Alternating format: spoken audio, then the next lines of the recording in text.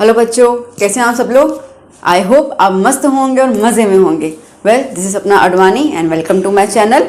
आज हम लोग देखने वाले हैं एक नया टॉपिक जो है how to write a chemical formula of a compound. Well देखिए, ये जो चीज़ है वो आपको 9th 10th 11th इन सब का बेस देती है, क्योंकि जब तक आप केमिकल कंपाउंड्स के फॉर्मूला को फ्रेम नहीं कर पाएंगे तब तक आप जान ही नहीं पाएंगे कि रिएक्शंस कैसे लिखने हैं, उनको बैलेंसिंग कैसे करना है एंड मैनी मोर थिंग्स। तो ये हमारा केमिस्ट्री का बेस है। वेल, इसके लिए आप लोगों को वैलेंसीज लर्न होनी चाहिए, कुछ एलिमेंट्स की एटलीस्ट 20 जितने एलिमेंट्स की आपको वैलेंसीज लर्न होनी चाहिए। अगर आपने लर्न नहीं किया है तो मैंने इसका एक वीडियो बनाया हुआ है। उस वीडियो का लिंक मैं आपको डिस्क्रिप्शन में as well as i button में दे दूंगी। आप पहले वो वीडियो जाके देखिए, लर्न कीजिए वैलेंसीज ऑफ एलिमेंट्स और फिर से इस वीडियो को ऑन कीजिए to learn how to write the chemical formula. So without wasting any time let's start with the topic. तो अब हम लोग कुछ कंपाउंड्स के नाम ले लेते हैं। लेट्स टेक कि मैंने एक कंपाउंड ले लिया, सोडियम क्लोराइड। ओके, अब यहां पर आपको दो एलिमेंट्स के नाम दिए हुए हैं, एक दिया हुआ है सोडियम, दूसरा दिया हुआ है क्लोराइड। सोडियम का एलिमेंट जो होता है सिंबल वो रहता है Na+, so the symbol of sodium is Na+। And chloride को अगर हम देखें तो क्लोराइन होता है जो रहता है Cl-। ठीक है, जब हमें फॉर्मूलाज फ्रेम करनी होती है तो हम इन एलिमेंट्स के सिंबल्स को लिख देते हैं एक साथ और उनके वैलेंसीज को नीचे मेंशन कर लेते हैं। इन वैलेंसीज में हमें साइन मेंशन करने की ज़रूरत नहीं होती है, नेगेटिव या पॉजिटिव, बट हाँ हमें पता होना चाहिए। क्यों? क्योंकि कंपाउंड में सबसे पहला जो एलिमेंट होता है वो हमेशा पॉजिटिव वाला होता है, प्लस आयन वाला, और नेक्स्ट वाला जो कंपाउंड का एलिमेंट होता है दैट इज द नेगेटिव। अब हम सबको पता है positive that means metals and negative इसका मतलब कि नॉन मेटल। तो हम हमेशा पहले मेटल लिखते हैं और फिर नॉन मेटल लिखते हैं। ये कुछ बारीकी वाली चीजें होती हैं जो आपको थोड़ा सा दिमाग में रखनी पड़ती है टू फ्रेम द कंपाउंड। जैसे हमने वैलेंसीज लिख दी, just go for the cross multiplication.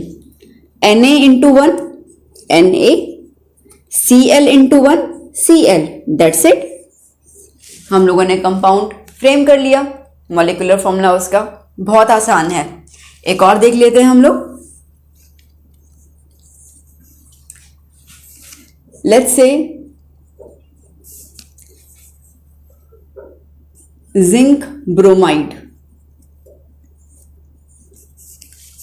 Okay, अब जिंक का एलिमेंट जो है वो सिंबल क्या रहेगा, जल्दी बताइए, कमेंट कीजिए मुझे। Yes, Zn। वैलेंसी क्या रहती है उसकी, मेटल है तो +2।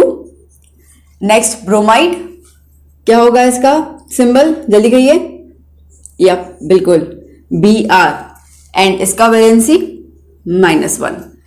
फाइन, तो पहले हम लोग सिंबल एक साथ लिख देते हैं, उनके नीचे वैलेंसीज आ जाएगी। As I told you, no need to write the science, cross multiply it. अब कई बार बच्चे क्या करेंगे, इसको Br2 पहले लिख देंगे। नहीं, पहला हमारा जो एलिमेंट होगा वो प्लस वाला ही होगा। तो आप जब क्रॉस मल्टीप्लाई करेंगे उस दौरान आप 1 को ही पहले क्रॉस में लेके जाएंगे, मल्टीप्लाई कर लेंगे with the metal.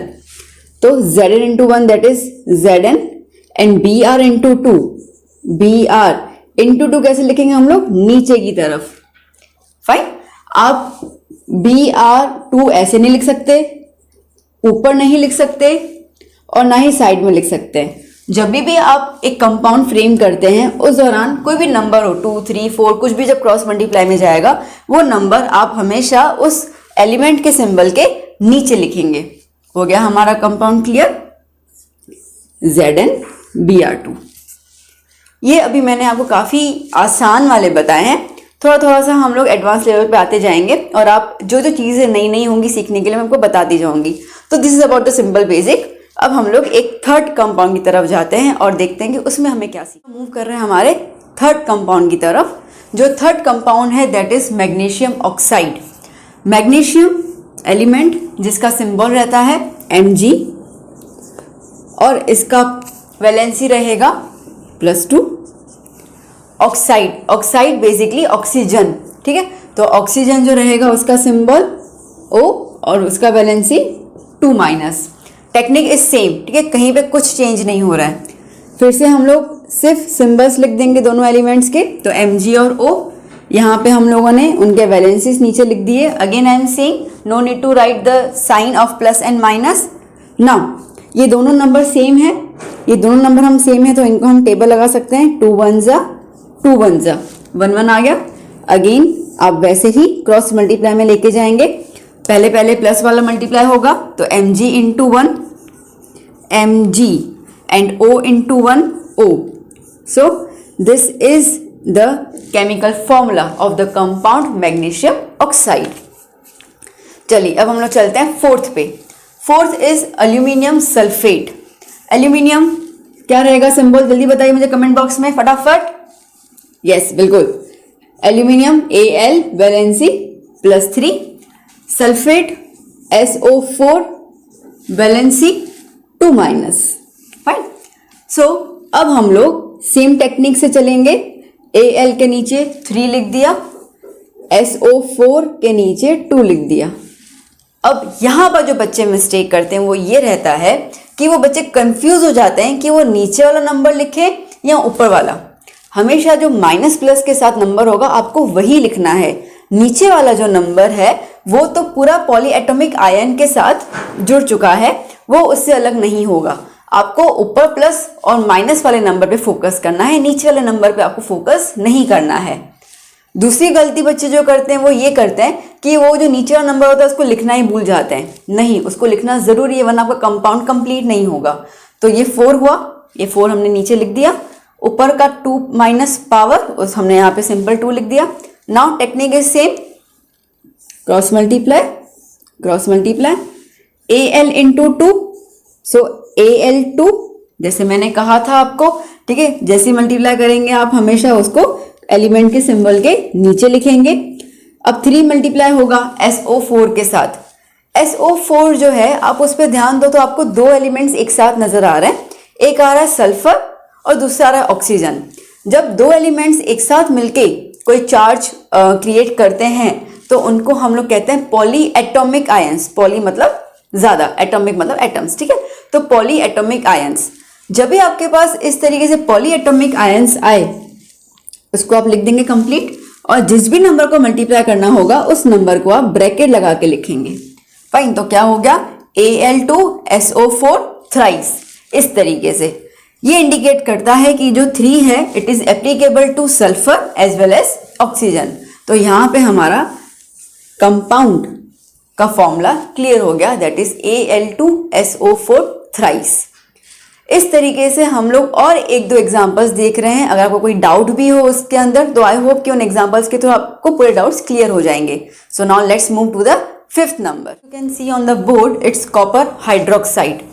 Same technique, सब कुछ सेम है, बस आपको सिंबल और उसका वैलेंसी ध्यान होना चाहिए। Copper and hydroxide.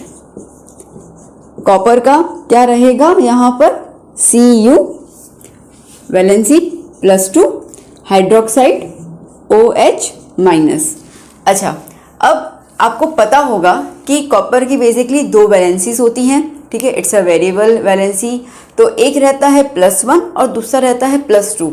अब बहुत सारे बच्चों कंफ्यूज हो जाता है कि हम क्या लेंगे, +1 लेंगे या +2 लेंगे। वेल, उसके लिए आपको बेसिकली ब्रैकेट में दिया होगा जो भी आपको लेना होगा। तो इट्स लाइक कॉपर 2 हाइड्रोक्साइड, या तो उसका नाम इस तरीके से दिया होगा